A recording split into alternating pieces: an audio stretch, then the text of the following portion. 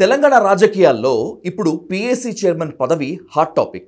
ప్రతిపక్షానికి ఇవ్వకుండా పార్టీ మారిన సభ్యుడికి ప్రజాపతుల కమిటీ చైర్మన్ ఏ విధంగా అప్పగిస్తారు అనేటువంటిది బీఆర్ఎస్ అభ్యంతరం.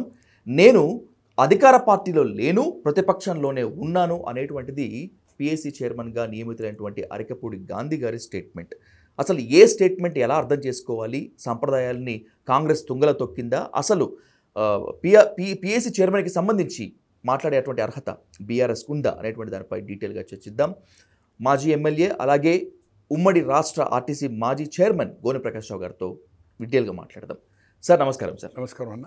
సార్ ఏంటి మనం సంప్రదాయం చూస్తూనే ఉన్నాం సార్. సాధారణంగా పీఏసీ చైర్మన్ అంటే ప్రతిపక్షానికి ఇస్తారు, ఇప్పటిదాకా వచ్చింది.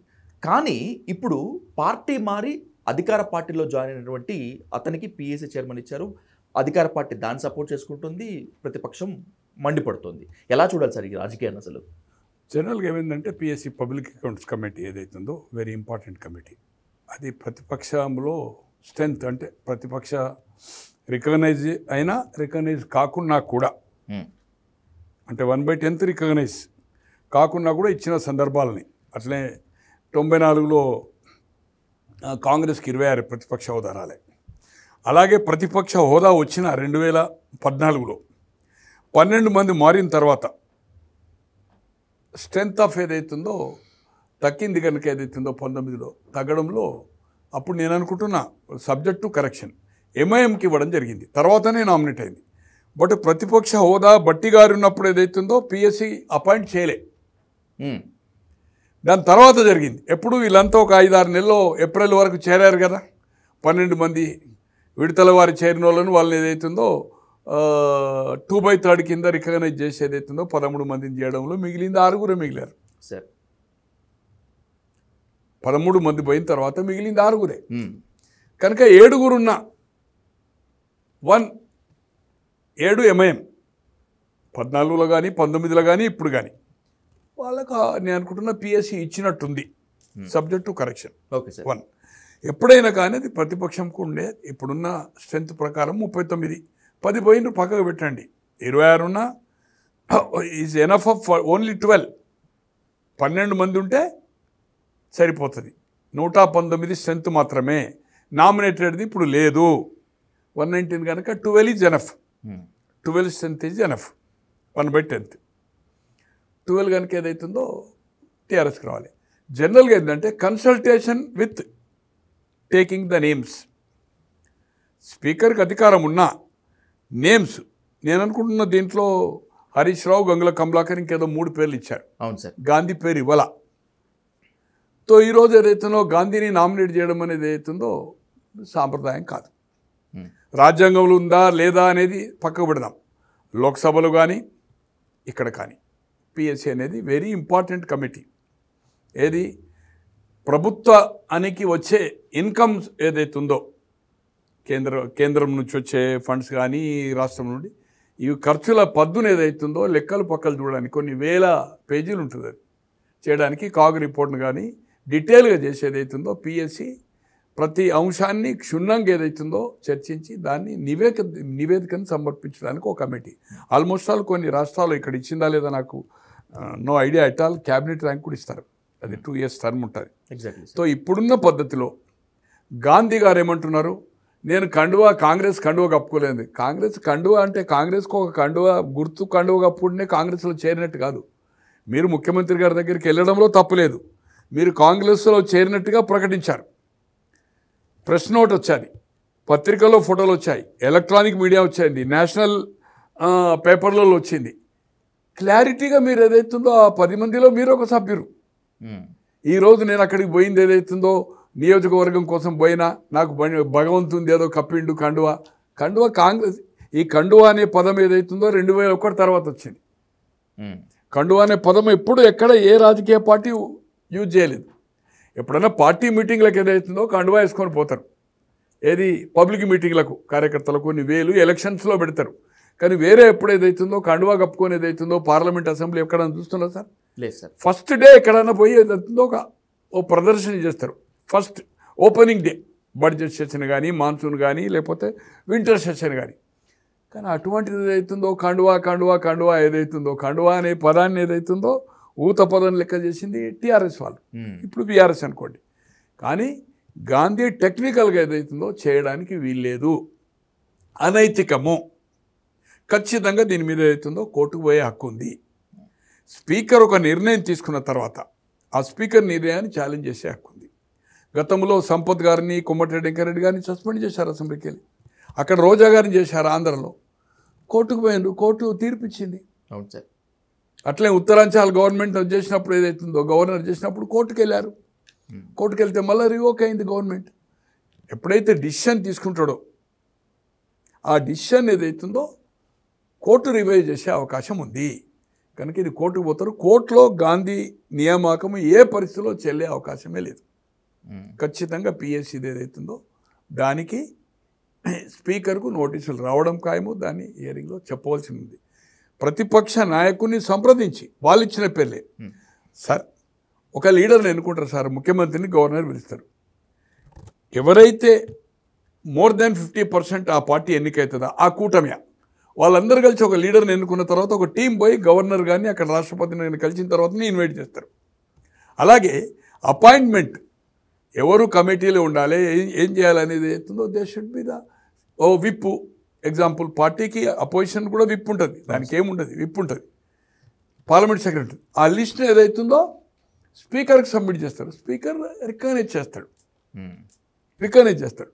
ఇష్యూస్ వచ్చినప్పుడు విప్ను పిలిచి అడుగుతాడు. అట్లే బిజినెస్ అడ్వైజరీ కమిటీ ఉంటుంది. కమిటీలో ఎవరు నామినేట్ చేస్తారు, వీళ్ళు పేర్లు ఇస్తారు. అపోజిషన్ లీడర్ కాక వాళ్ళ తరఫు నుంచి స్ట్రెంత్ను బట్టి 2 or 3 మినిమం 5 సభ్యులు ఉంటే ఒకరిని పిలుస్తారు ఆ పార్టీ నుంచి. ఇండివిజువల్ ఉంటే పిలవాలని లేదు, కానీ స్పీకర్ అధికారం. ఇండివిజువల్ ఒక్కరు ఎలక్ట్ అయినా కూడా పిలిచిన సంఘటనలు ఉన్నాయి ఇక్కడ. సో ఇది మాత్రము గాంధీ గారిది మాత్రం అనైతికమని తన ఆర్గ్యుమెంట్ కూడా ఏదైతుందో తప్పు.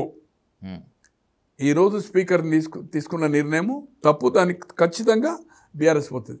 ఇటువంటి కార్యక్రమాలు చేయడం వలన కాంగ్రెస్కు అప్రతిష్ట తప్పితే దీంట్లో కాంగ్రెస్కు లాభం జరగదు. గతంలో వాళ్ళు తప్పులు చేసినాయని కదా ఇలా నష్టపోయింది.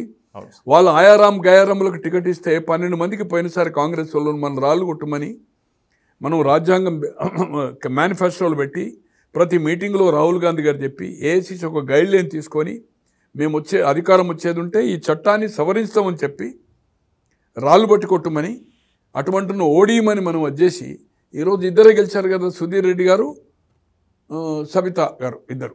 12 మందికి టికెట్లు ఇస్తే 10 మంది ఓడిపోయారు కదా. గతంలో ఇదే జరిగింది. టీఆర్ఎస్ ఆయారాం గయారంలను ఎమ్మెల్సీలో అప్పుడేమో కాంగ్రెస్లో చేరలే. చివరిలో వాళ్ళు ఏదైతుందో ఎమ్మెల్సీ ఎన్నికైన తర్వాత కాంగ్రెస్కు అనుబంధంగా ఉంటే వాళ్ళకు టికెట్లు ఇస్తే అప్పుడు గెలిచింది ఓన్లీ ఒక జగ్గారెడ్డి గెలిచాడు. నారాయణ పటేల్ ఓడిపోయాడు, ముకుందరెడ్డి ఓడిపోయాడు. ఇట్లా టీఆర్ఎస్ వాళ్ళకు 2009లో కూడా రాజశేఖర రెడ్డి గారు ఇచ్చారు. వాళ్ళని కాంగ్రెస్ పార్టీలో చేర్చుకోలే, సిఎల్పిలో చేర్చుకోలేదు, కాంగ్రెస్లో చేరినామని చెప్పలేదు, గాంధీ భవన్ రాలేదు, సిఎల్పి మీటింగ్ అటెండ్ కాలే. కానీ వాళ్ళు డిఫర్ అయ్యారు. టీఆర్ఎస్తో డిఫర్ అయ్యి 2007లో కౌన్సిల్ రివైవ్ అయిన తర్వాత 85లో రద్దయిన తర్వాత దాంట్లో ఒక 10 మంది ఏదైతుందో సంతకాలు పెట్టి ముదిరాజ్ మన జ్ఞానేశ్వర్ ముదిరాజుకు సంతకాలు పెట్టినందుకు డిస్క్వాలిఫై, లాస్ట్ లెవెల్లో డిస్క్వాలిఫై అని కొందరు రాజీనామా చేశారు. దానికి దీనికి తేడా ఉంది. అలాగే ఈ ఆయారాం గయారాములు అనేది చాలామంది ఓటమి పాలయ్యిండ్రు, మనం చూస్తూ ఉన్నాం. ప్రజలు తీర్పిస్తూ ఉన్నారు. ఈరోజు కంఫర్ట్గా ఉంది. ఈ పిఎస్సి వాళ్ళకి ఇస్తే ఏం డిఫరెన్స్ పడేదేముంది? Nothing difference. అవును, ఏమీ ఫరక్ పడదు.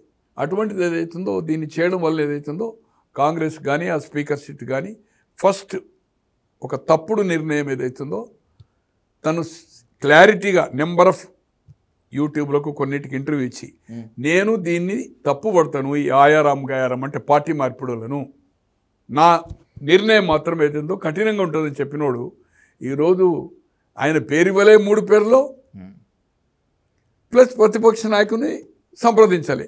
రోల్స్లో ఉంది టీఆర్ఎస్ సభ్యునిగా, కానీ అలా క్లారిటీగా జరిగిండు. దాన్ని కాంగ్రెస్ పార్టీ ఎవరు సమర్థించినరా లేదా నేను ఇప్పటివరకు చూడలేదనుకోండి. బట్ గాంధీ గారిది మాత్రం క్లారిటీగా నేను చూశాను నైట్లో. నేను కండువా అంటుండు. కండువా కాదే నాయన, నువ్వు పోయినావు, నువ్వు చేరినా అని చెప్పినావు, వాళ్ళు చేర్చుకున్నా చెప్పినా, గాంధీ చేరిండు అని అన్ని ప్రముఖ పత్రికల్లో ఎలక్ట్రానిక్ ప్రింట్లో బంధించున్నాయి. దాన్ని నువ్వు కాదంటే ఏదైతుందో ఇది హర్షించదగ్గ విషయం కాదు. ఇది నైతిక విలువలకు ఏదైతుందో తెలియదు కలిగిస్తున్నాం మనం. దయచేసి ఏదైతుందో దీన్ని ఖచ్చితంగా కోర్టుకు పోతుంది. కోర్టు దీన్ని ఏదైతుందో తిరస్కరించడం జరుగుతుంది అనేది నాకుండే అభిప్రాయం. రైట్ సార్, పార్లమెంట్లో మాత్రమే కాకుండా ఎక్కడ ఏ బహిరంగ సభ అయినా ప్రెస్ మీట్ల ముందు కూడా రాహుల్ గాంధీ పాకెట్ సైజ్ రాజ్యాంగం పట్టుకొని మోదీ సర్కార్ మొత్తం అంతా కూడా రాజ్యాంగ విలువలని తుంగలో తొక్కుతున్నారు, సమాధి కడుతున్నారు అని చెప్పి మాట్లాడుతూ ఉన్నారు. మీ నాయకుడు రాహుల్ గాంధీ అక్కడ రాజ్యాంగం పట్టుకొని మాట్లాడుతున్నాడు, కానీ తెలంగాణలో మాత్రం రాజ్యాంగానికి తూట్లు పొడిచే విధంగా రేవంత్ రెడ్డి వ్యవహరిస్తున్నాడంటూ బీఆర్ఎస్ మండిపడుతోంది. ఒక విధంగా చూస్తే టెక్నికల్గా కరెక్టే అంటారా? దీన్ని హైకమాండ్ కూడా దానికి ఉంది, కానీ ఒకవైపు డబుల్ స్టాండర్డ్ చేస్తున్నది. కేశవరావు గారిది ఇంకా 2 years టర్మ్ ఉంది. 2006 మార్చిలో ఆర్ ఏప్రిల్ ఎలక్షన్ అవుతుంది. 4 వేకెన్సీలు అవుతాయి మనకి. 4 అంటే 3 సార్, మన దగ్గర 7 కనుక ఈసారి 3 వస్తున్నాయి. ఇక్కడ 2 వస్తున్నాయి, అక్కడ 4 వస్తున్నాయి. ఆంధ్రలో మొత్తం 18లో అక్కడ 11, ఇక్కడ 7 కనుక వచ్చే 2006లో అక్కడ 4 వేకెన్సీలు, ఇక్కడ 2 వేకెన్సీలు వస్తాయి. తర్వాత 8లో అక్కడ 4, ఇక్కడ 2 వస్తాయి. 10లో వచ్చి ఇక్కడ 3, అక్కడ 3 వస్తాయి. అక్కడ 11 అయితే ఇక్కడైతే అంటే 10 వరకు అక్కడ కంప్లీట్ అది అయిపోతుంది. 8కి 8 టీడీపీకి వస్తాయి, 3 మిగులుతాయి. మళ్ళీ అసెంబ్లీ తర్వాతనే ఆ 3 ఉంటాయి, స్ట్రెంత్ను బట్టి అనుకోండి. ఇక్కడ కూడా మార్పులు జరుగుతాయి అనుకోండి, మార్పులు జరుగుతాయి. సో ఉన్న సిచ్యువేషన్లో ఏదైతుందో కేశవరావు గారు పార్టీలో చేర్చుకున్నారు. రాజీనామా తీసుకున్నారు అతనిది. అది రాజీనామా ఇచ్చాడు కదా అక్కడ. అవును సార్. ఇస్తే ఇప్పుడు దాని ప్లేస్లో అభిషేక్ సింగ్ స్వాంగి అయింది కదా యునానిమస్గా. అవును సార్. 65 స్ట్రెంత్ ఉంది కనుక ఒకటి సిపిఐ 66, చేరిన 10 మంది 76, ప్లస్ 7 ఎంఐఎం కూడా ఉన్నట్టే కదా. వాళ్ళకు మిగిలింది ఏదైతుందో ఓన్లీ 25 కదా. ఏది బీఆర్ఎస్కు, బీజేపీకి 8 కలిపిన 33, 60కి రావాలి. 119కి ఒక ఎన్నిక కావాలంటే ఒకటే సీటు కనుక మినిమం 60 రావాలి. 60 కంటే ఎక్కువ వీళ్ళకి 80 పైన స్ట్రెంత్ ఉంది కనుక యునానిమస్ అయ్యాడు. కేశవరావు గారిని రాజీనామా తీసుకున్నప్పుడు వీళ్ళని కూడా మరి రాజీనామా తీసుకోవాలి కదా. అవును సార్, ఖచ్చితంగా తప్పే. రాహుల్ గాంధీ చెప్పిన ఇది రేవంత్ రెడ్డి గారి సొంత నిర్ణయం అంటే నేను నమ్మను. ఖచ్చితంగా హైకమాండ్ పర్మిషన్ ఉంది. ఎందుకంటే 65 ఉన్నారు కనుక వాళ్ళు 39. బీజేపీ ఆల్రెడీ టీఆర్ఎస్ వాళ్ళు ఏమన్నా 2-3 నెలలు మా గవర్నమెంట్ అన్నారు కనుక టీఆర్ఎస్ బీజేపీ ఏదైనా కలిసినప్పుడు ఎంఐఎం మెంబర్ ఇప్పుడు ఎంత అయితే స్ట్రెంత్ 39, 15, 54 అవుతుంది. ఇక్కడ నుంచి ఒక 8-10 మంది ఆయారాం గయారములు పోతే ఇబ్బంది అవుతుంది. అట్లా కర్ణాటకలో జరిగింది, మధ్యప్రదేశ్లో జరిగింది, మనం చూసాం కదా, మహారాష్ట్రలో జరిగింది. ఈ రెండేమో కాంగ్రెస్ ప్రభుత్వాలు, కర్ణాటక అండ్ మధ్యప్రదేశ్. గతంలో సిద్ధరామయ్య గారి కంటే ముందు, అంతకుముందు కూడా సిద్ధరామయ్య గారు దిగిపోయారు కదా, మీకు తెలుసు కదా. అవును, అక్కడనేమో మన కమల్నాథ్ గారు. సో అలాగే ఇక్కడ ఏదైనా ప్రమాదం ఉంటుందని చెప్పి కాంగ్రెస్ ఏదైతుందో దీన్ని హైకమాండ్ పర్మిషన్ తోటే రేవంత్ రెడ్డి గారు చేస్తుంది తప్పితే రేవంత్ రెడ్డి గారు సొంత నిర్ణయం మాత్రం కాదు. దీంట్లో ఏమాత్రం అనుమానం లేదు.